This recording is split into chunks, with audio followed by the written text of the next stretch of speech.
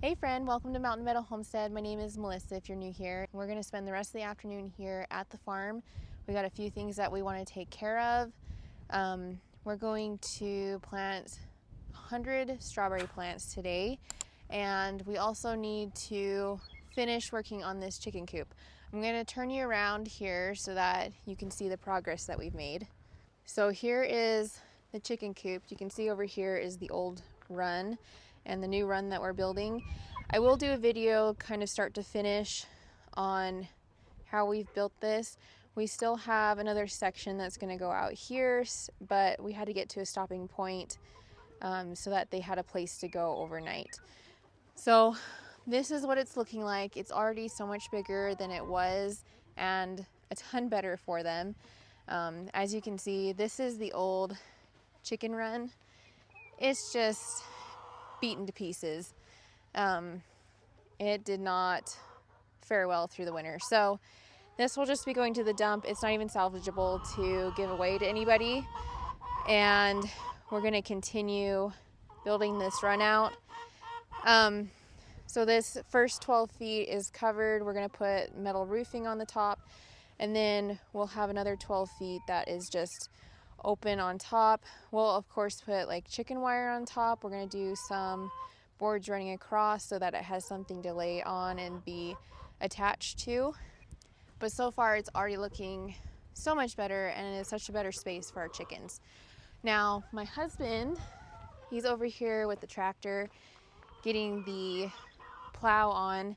Hopefully he can get that figured out, and I'll show you the space where we're going to put the strawberries. So right in here, over here we have our garlic beds, and then I've got rhubarb plants that I've just put here a few weeks ago. In this spot, this is what we're going to till up. We're going to till it up really well, dig out any of the grass, and then I'm going to put these pine shavings down.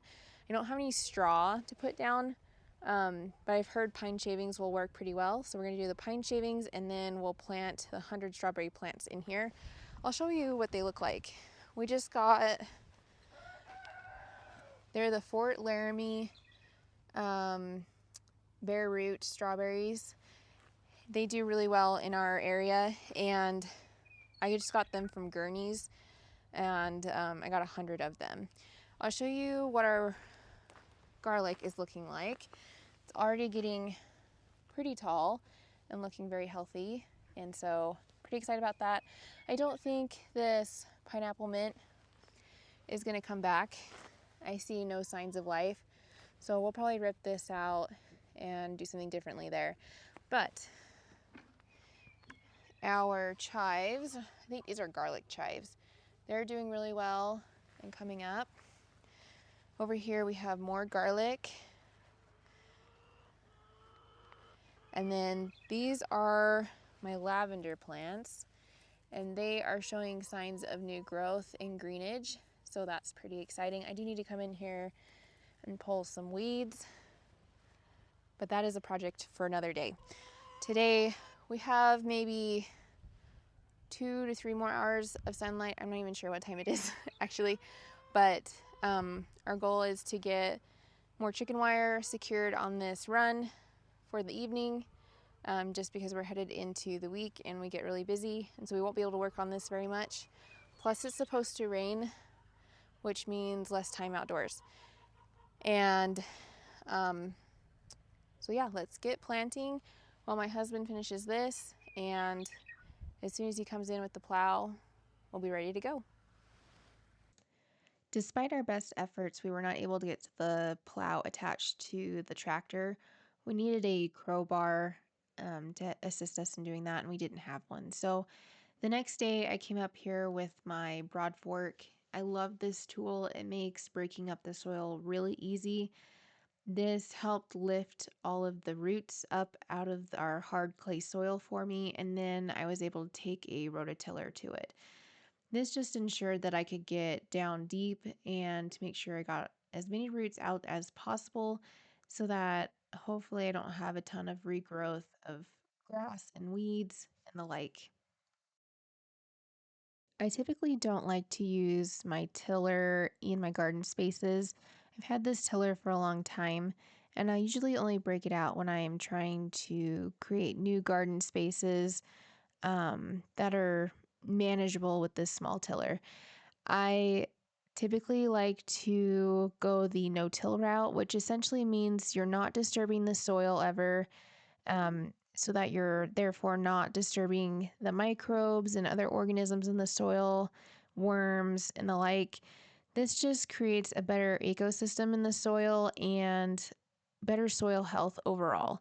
When I need to create a clean slate, I will break out this tiller, and it's super helpful to help get down deep and to really aerate that soil to make it workable. Now we're starting to put down the pine shavings to prep for planting, and I ended up having to run to the store and get more. This is about roughly an 8 foot by 20 foot garden bed, and I did end up needing a total of 4 bales of pine shavings.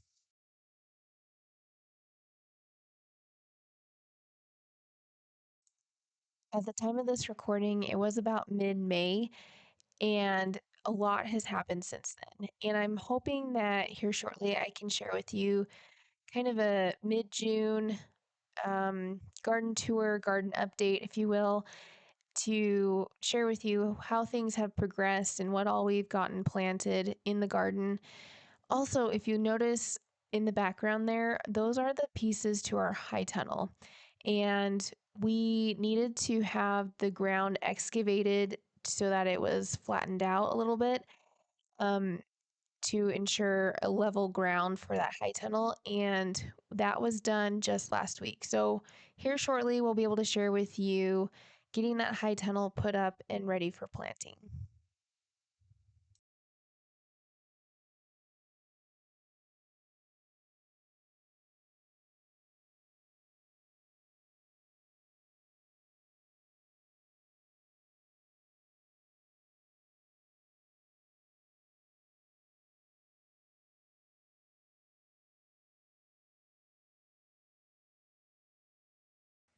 All right, so this is the progress that we've made.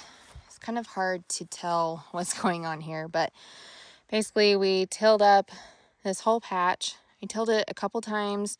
I used my broad fork to really get in there and get the grass roots up. And once I was pretty sure that I was satisfied with how this was looking, I went ahead and laid down these pine shavings. And I haven't done this before in any of my gardens, but I am not able to source organic straw. And so I figured I'd give this a try. Pine shavings are fairly inexpensive, and I just know that when you're gardening, you want to keep the soil covered in some form or fashion. So this is kind of my weed barrier, so to speak. So I'll tell you what we have going on here. We'll start in the back. Back here, I have rows of strawberries. I left a aisle in the middle so they make it easier for picking the strawberries.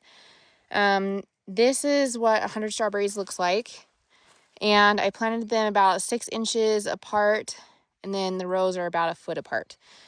That's what we have going on here. These are Fort Laramie strawberries. They do fairly well here. My mom has them in her garden, and they just produce big, beautiful strawberries. So I am going to cover them with this frost cloth just because we're still getting fairly cold at night. I want to give them a little extra protection until they can get going. This frost cloth is permeable, so if it rains, they will still get moisture. I will come and water them every couple days depending on what the weather is looking like. We do have clay soil, so it does retain moisture fairly well. Then I have these raspberry canes.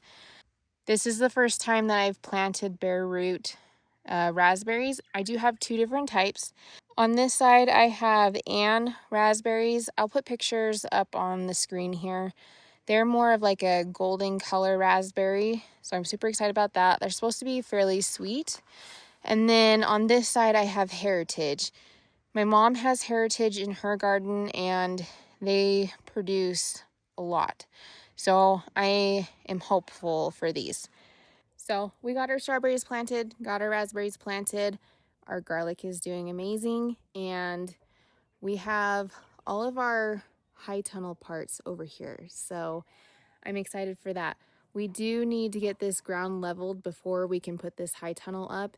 It's a little bit of a slope, it's not bad, but before we do anything, we want to make sure that that ground is level. I hope you enjoyed this video. If you did, please give it a like and share it with others. And if you're not subscribed already, we'd love to have you come along with us for future videos. So we hope you have a great day, and we'll see you next time, friend.